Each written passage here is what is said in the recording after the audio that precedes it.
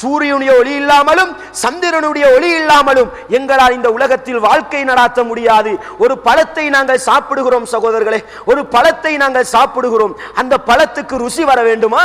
அந்த பழம் பழுக்க வேண்டுமா? அது கனியாக வேண்டுமா? இந்த சூரியனுடைய ஏற்பாட்டில் தான் அல்லாஹ் வைத்திருக்கிறான்.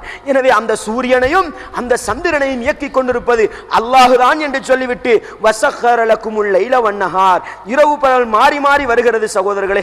மனிதன் பகல் நேரத்தில் உழைக்கிறான், உடம்புக்கு வருத்தமாக இருக்கிறது, கொஞ்சம் ஓய்வெடுக்க வேண்டும் என்றால் இரவு நேரம் எங்களுக்கு கட்டாயம் தேவைப்படுகிறது. அந்த இரவையும் பகலையும் தருபவன் யார் சகோதரர்களே? அல்லாஹ் என்று சொல்லிவிட்டு என்ன சொல்கிறான் தெரியுமா? சுருக்கமாக சொல்கிறான், வஆதாக்கும் மின் குல்லி மா சஅல்துமூஹு, நீங்கள் எவைகளில் இருந்தெல்லாம் அல்லாஹ்விடத்தில் கேட்கிறீர்களோ அவைகளை எல்லாம் அல்லாஹ் உங்களுக்கு தருகிறானே சகோதரர்களே.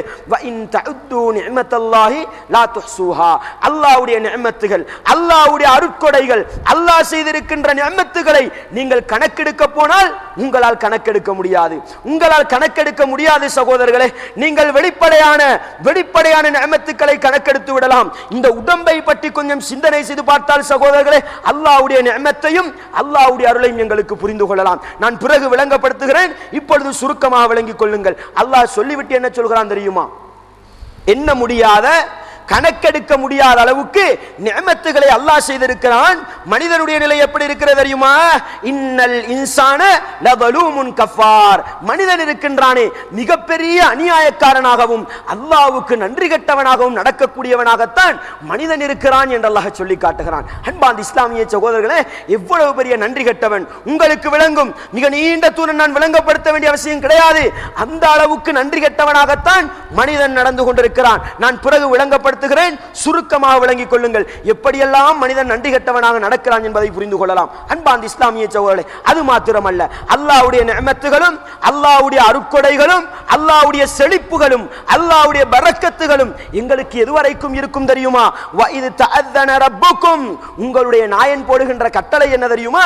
லஇன் ஷக்கர்தும் லஅஸீதன்னகும், உங்களுக்கு செய்யப்படுகின்ற அருட்கொடைகளுக்கும் உங்களுக்கு செய்யப்படுகின்ற நிஅமத்துகளுக்கும் நீங்கள் நன்றி செலுத்தினால் அதிகமாக அல்லாஹ் தந்து கொண்டிருப்பான், அதிகமாக அல்லாஹ் தந்து கொண்டிருப்பான். வலஇன் ஷக்கர்தும், நன்றி கெட்டவர்களாக, வலஇன் கஃபர்தும், நீங்கள் நன்றி கெட்டவர்களாக நடந்தால் இன்ன அதாபி லஷதீத், இன்ன அதாபி லஷதீத், என்னுடைய தண்டனை இருக்கிறதே, என்னுடைய வேதனை அது மிக கடுமையானது என்று அல்லாஹ் சொல்லி காட்டுகிறான். அன்பார்ந்த இஸ்லாமிய சகோதரர்களே, அல்லாஹ் செய்கின்ற அருட்கள், அல்லாஹ் செய்கின்ற நிஅமத்துகள் நாங்கள் நன்றி செலுத்தும் பொழுது அது பன்மடங்காக எங்களுக்கு அதிகரிக்கிறது.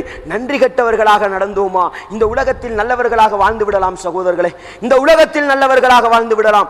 ஆனால் மறுமையில் கடுமையான தண்டனைக்கும் கொடூரமான அந்த பிடிக்கும் நாங்கள் உள்ளாக வேண்டி வரும் என்ற அந்த செய்தி அல்லாஹ் சொல்லி காட்டுகிறான். அதே போன்று சூரத்துல் இஸ்ரா 83வது வசனம், மனிதனுடைய நிலை எப்படி இருக்கிறது தெரியுமா?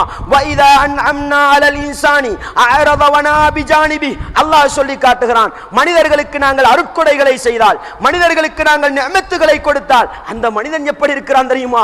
புறக்கணித்து விடுகிறான், அதை ஒரு தூரத்திலே தூக்கி எறிந்து விடுகிறான், அல்லாஹ்வுக்கு நன்றி கெட்டவனாக நடக்கிறான் என்ற செய்தியை அல்லாஹ் சொல்லி காட்டுகிறான். சகோதரே, கொஞ்சம் சிந்தனை செய்து பாருங்கள்.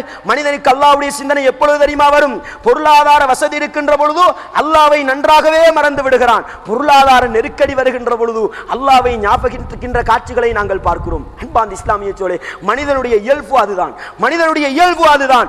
மனிதன் எப்படியாப்பட்டவன்? அல்லாஹ் அருள் செய்து விட்டால் நிஅமத்துகளை பார்க்கின்ற பொழுது, பரக்கத்துகளை பார்க்கின்ற பொழுது அல்லாஹ்வை மறந்து விடுகிறான், அல்லாஹ்வை மறந்து விடுகிறான். ஆனால் ஒரு கஷ்டம், ஒரு நெருக்கடி வருகின்ற பொழுது அல்லாஹ்வை ஞாபகப்படுத்துகின்ற காட்சியை பார்க்கிறோம். எனவே அன்பார்ந்த இஸ்லாமிய சகோதரர்களே, அல்லாஹ்வை பயந்த மனிதன், அல்லாஹ்வுடைய நேசன் எப்படி இருக்க வேண்டும் தெரியுமா? கஷ்டமான நேரத்திலும் அல்லாஹ்வை ஞாபகப்படுத்த வேண்டும். செல்வ செழிப்போடு இருக்கின்ற பொழுதும் படைத்தவன் ரஹ்மானுக்கு நன்றி செலுத்தக்கூடியவனாக இருக்க வேண்டும். நபிகள் ஸல்லல்லாஹு சொன்னார்களா இல்லையா? அஜபன் லி அம்ரில் முஃமின், அஜபன் லி அம்ரில் முஃமின், ஒரு இறை விசுவாசியுடைய காரியங்கள் மிக ஆச்சரியமானது என்று சொன்னார்கள். ஒரு இறை விசுவாசியுடைய நடவடிக்கைகள் மிக ஆச்சரியமானது என்று சொன்னார்கள். என்ன காரணம் தெரியுமா? அவனுக்கு ஒரு நல்ல காரியம் நடக்கிறது, அவனுக்கு ஒரு நல்ல காரியம் நடக்கிறது, அல்லாஹ்வுக்கு நன்றி செலுத்துகிறான்.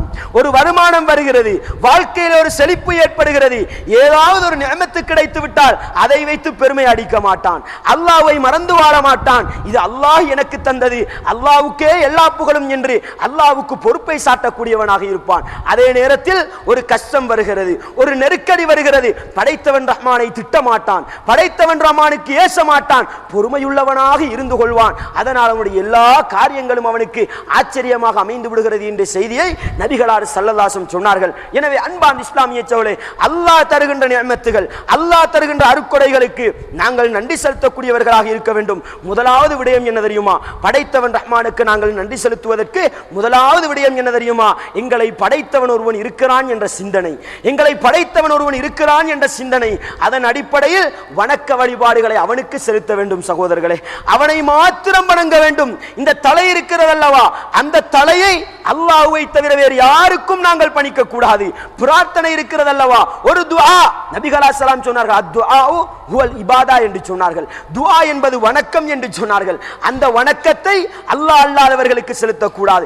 இய்யாக நஅபுது வ இய்யாக நஸ்தஈன், யா அல்லாஹ் உன்னையே வணங்குகிறோம், உன்னிடத்திலே உதவி தேடுகிறோம் என்று கொள்கை பிரகடனம் செய்கின்ற முஸ்லிம் அந்த கொள்கையை சரியாக நிலைநாட்டக்கூடியவனாக இருக்க வேண்டும். குல், நபியே நீங்கள் சொல்லுங்கள், இன்ன ஸலாத்தி வ நுசுகி வ மஹ்யாய வ மமாத்தி லில்லாஹி ரப்பில் ஆலமீன், என்னுடைய தொழுகை, என்னுடைய குர்பானிகள், என்னுடைய இந்த உலக வாழ்க்கை, என்னுடைய மரணம் எல்லாம் அகிலத்தை படைத்த அல்லாஹ்வுக்குரியது என்று கொள்கை பிரகடனம் செய்கிறோம் சகோதரர்களே. இப்படி கொள்கை பிரகடனம் செய்வதற்குரிய காரணம் என்ன தெரியுமா? அல்லாஹ் சொல்லி காட்டுகிறான் பாருங்கள். இரண்டாவது அத்தியாயம் 21, 22 வசனத்தில் சொல்லி காட்டுகிறான். ஏன் நாங்கள் அல்லாஹ்வை வணங்க வேண்டும், ஏன் நாங்கள் அல்லாஹ்வை வணங்க வேண்டும்? அல்லாஹ் சொல்லி காட்டுகிறான், யா அய்யுஹன் நாஸ், ஏ மனித சமூகமே, உஅ்புது ரப்பக்கும், உங்களை படைத்த நாயனை நீங்கள் வணங்குங்கள். ஏன் வணங்க வேண்டும் தெரியுமா?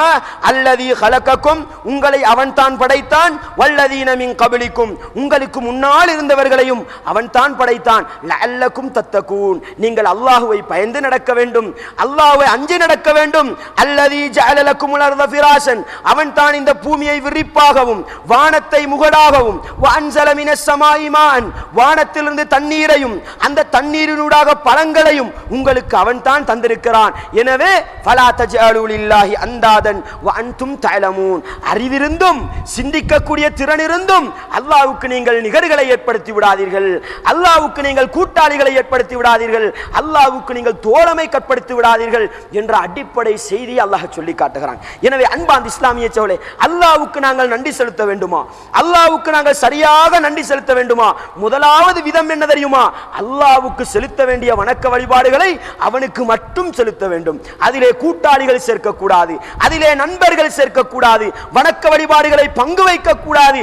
இதுதான் அல்லாஹ்வுக்கு செய்கின்ற முதலாவது நன்றி கடன் என்பதை உள்ளத்திலே ஆழமாக பதிவு செய்து கொள்ளுங்கள். நபிகளார் ஸல்லல்லாஹு அலைஹி வஸல்லம் அவர்கள் முஆத் ரலியல்லாஹு அன்ஹு அவர்களை தன்னுடைய கழுதையின் பின்னே அமர